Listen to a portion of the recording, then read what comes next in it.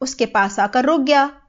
فرعون کی بیوی جس کا نام آسیہ تھا، اس نے جب بچے کو دیکھا تو اللہ سبحانہ تعالیٰ نے حضرت موسیٰ علیہ السلام کے چہرے پر کچھ ایسی کشش رکھ دی تھی، کچھ ایسا اس کے اندر اللہ تعالیٰ نے ایک خاص چیز رکھ دی تھی کہ جو اس کو دیکھتا تھا وہ اس کی محبت میں گرفتار ہو جاتا تھا۔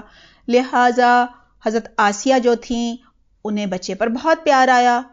جب فرعون نے کہا کہ میں اسے قتل کر دوں گا تو ملکہ آسیہ نے کہا کہ نہیں، ہو سکتا ہے یہ ہماری آنکھوں کی ٹھنڈک بن جائے، لہٰذا اسے قتل نہ کرو، ہو سکتا ہے یہ ہمیں فائدہ پہنچائے، ہماری اولاد بھی نہیں ہے، ہم اس کو بیٹا بنا لیں۔ بچوں، فرعون کی بیوی آسیہ نے حضرت موسیٰ علیہ السلام کی بہت اچھی پرورش کی اور انہیں بہت اچھے کپڑے پہناتی تھیں، بہت اچھا کھانا کھلاتی تھیں، اور اس طرح سے وہ بڑے ہونے لگے۔ بچوں، ایک دن حضرت موسیٰ علیہ السلام نے دیکھا کہ ایک فرعونی جسے قبطی بھی کہا جاتا ہے، وہ ایک بنی اسرائیلی سے جھگڑا کر رہا ہے، لڑائی کر رہا ہے۔ اس بنی اسرائیلی نے حضرت موسیٰ علیہ السلام کو مدد کے لیے بلایا۔ حضرت موسیٰ علیہ السلام نے اس کو بچانے کے لیے جب قبطی کو ایک مکہ مارا تو اتنے طاقتور تھے حضرت موسیٰ علیہ السلام، قتل کرنے کی نیت تو نہیں تھی نا، لیکن وہ مکہ کھا کر گرے اور مر گئے۔ بچوں، یہ خبر جب فرعون تک پہنچی تو اس نے کہا چلو جی اب ہم موسیٰ کو قتل کریں گے، اور حضرت موسیٰ علیہ السلام کو یہ بات ان کے ایک دوست نے بتا دی جو کہ قبطی تھا۔ لہٰذا حضرت موسیٰ علیہ السلام نے مصر چھوڑنے کی نیت کر لی اور وہ بھاگتے چلے گئے، کئی دن بھاگتے رہے اور بالآخر مدین پہنچ گئے۔ پیارے بچوں، حضرت موسیٰ علیہ السلام کے جوتے پھٹ گئے تھے، ان کے پاؤں لہو لہان ہو گئے تھے، چل چل کر سوج گئے تھے، خون نکل رہا تھا، ان کے کپڑے بھی بہت ہی پرانے اور میلے ہو گئے تھے، اور وہ بھوکے تھے، ان کا پیٹ اندر کو چلا گیا تھا۔ اچانک انہوں نے دیکھا کہ سامنے ایک تالاب ہے اور وہاں پہ کچھ لوگ بھی ہیں، یہ بھی تالاب کے کنارے بیٹھ گئے۔ بچوں، انہوں نے یہ چیز نوٹ کی کہ دو لڑکیاں ایک سائیڈ پر اپنے جانور لے کر کھڑی ہوئی ہیں اور وہ انہیں پانی نہیں پلا رہی، باقی سب لوگ اپنے اپنے جانوروں کو اس تالاب سے پانی پلا رہے ہیں۔ انہوں نے ان کے قریب جا کر پوچھا کہ آپ اپنے جانوروں کو پانی کیوں نہیں پلا رہی؟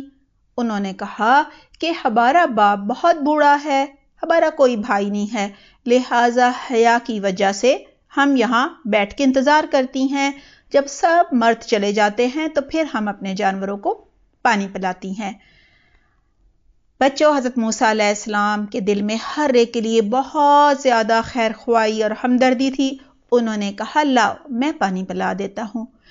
ان کے جانوروں کو پانی پلایا اور پھر اپنی جگہ پر بیٹھ گئے اور اللہ سبحانہ تعالیٰ سے دعا کرنے لگے، ربی انی لما عزلت الیہ من خیر فقیر، اے اللہ تو جو بھی خیر مجھے دے دے میں اس کے لیے فقیر ہوں، محتاج ہوں۔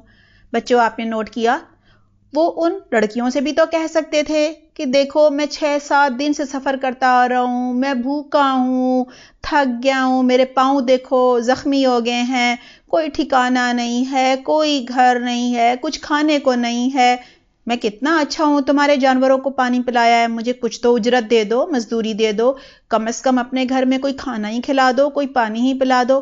نہیں، بہت ہی وہ خوددار تھے اور صرف اللہ سے مانگنے والے تھے۔ انہوں نے اللہ سے کہا اللہ تعالیٰ تو جو بھی خیر دے میں اس کے لیے محتاج ہوں۔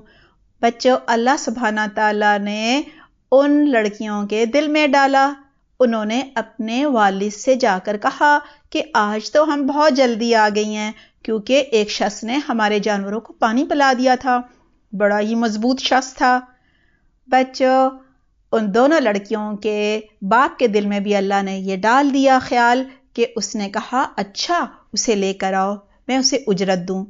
اور جب حضرت موسیٰ علیہ السلام ان لڑکیوں کے باپ سے ملے تو ان کے باپ نے کہا کہ میری کسی ایک بیٹی سے شادی کر لو اور 9 سال میرے پاس گزارو، ہاں اگر زیادہ گزارو گے تو یہ احسان کا معاملہ ہوگا، کہا جاتا ہے حضرت موسیٰ علیہ السلام کی ان کی ایک بیٹی سے شادی ہو گئی اور انہوں نے 10 سال اس گھر میں گزارے اور اس بوڑھے باپ کی خدمت کی۔ بالآخر 10 سال کے بعد انہوں نے سوچا کہ اب مجھے واپس مصر جانا چاہیے، اور جب وہ اپنی بیوی کے ساتھ سفر کر رہے تھے تو بہت ٹھنڈی اندھیری رات تھی اور راستہ بھی بھول گئے تھے۔ انہوں نے اپنی بیوی سے کہا تم یہاں ہی بیٹھو، میں وہاں سے کوئی آگ کے انگارے لے کر آتا ہوں، کیونکہ وہ دور ایک روشنی ہو رہی ہے، کوئی آگ جل رہی ہے، یا میں راستہ ہی پوچھ کر آ جاؤں گا۔ لیکن بچوں جب وہ وہاں پہنچے جہاں ان کو روشنی نظر آ رہی تھی، انہیں لگا کوئی آگ جل رہی ہے، تو پتا چلا کہ وہاں پر تو ایسا کچھ بھی نہیں ہے، بلکہ کوہ طور جسے کوہ سینا بھی کہا جاتا ہے، اس کے پاس درخت میں کچھ چمک رہا تھا۔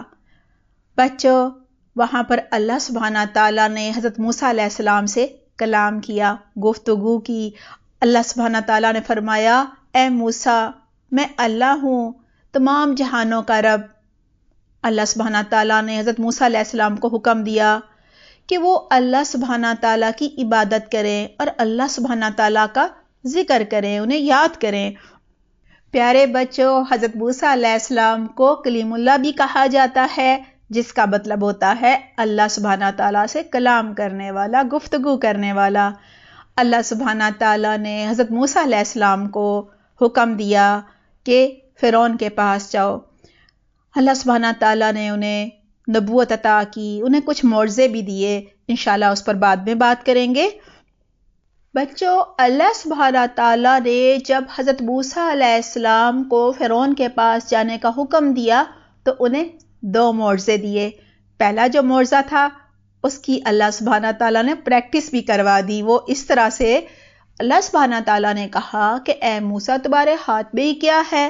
ایک لاٹھی تھی جسے عصا بھی کہتے ہیں۔ انہوں نے کہا یہ میرا عصا ہے، اس سے میں یہ کام بھی کرتا ہوں، وہ بھی کرتا ہوں، یعنی درختوں کے پتے جھاڑتا ہوں، پھر میں اس سے سہارا لے کر چلتا ہوں۔ تو اللہ سبحانہ تعالیٰ نے کہا اس کو پھینک دو۔ جیسے ہی موسیٰ علیہ السلام نے اپنا عصا یعنی اپنی لاٹھی پھینکی، وہ ایک چلتا پھرتا سانپ بن گیا، بہت بڑا اژدہا بن گیا۔ اللہ سبحانہ تعالیٰ نے کہا اسے پکڑ لو۔ حضرت موسیٰ علیہ السلام ڈر کر بھاگے، سانپ سے تو سبھی ڈرتے ہیں نا۔ اللہ سبحانہ تعالیٰ نے کہا کہ ہمارے ہاں نہیں کوئی ڈرتا، مجھ سے نہیں ڈرو، میں تمہارا رب ہوں، اسے پکڑ لو۔ اور جب حضرت موسیٰ علیہ السلام کا اللہ نے دل تھوڑا سا باندھ لیا، دل میں اطمینان ڈال دیا، تو انہوں نے سانپ کو جیسے ہی پکڑا وہ دوبارہ لاٹھی بن گئی۔ یہ تھا پہلا معجزہ۔ پھر اللہ سبحانہ تعالیٰ نے کہا اپنا ہاتھ بغل میں رکھ کے نکالو۔ جب انہوں نے نکالا تو وہ چمک رہا تھا۔ اللہ سبحانہ تعالیٰ نے کہا یہ 2 معجزے لے کر فرعون کے پاس جاؤ۔ بچوں آج ہم نے یہ سیکھا کہ جب ہم سے کوئی گناہ ہو جائے تو فوراً اللہ سبحانہ تعالیٰ سے معافی مانگ لینی چاہیے، اور اللہ سبحانہ تعالیٰ اپنے بندوں کو خوف کے لمحات میں بھی طاقت عطا فرماتا ہے۔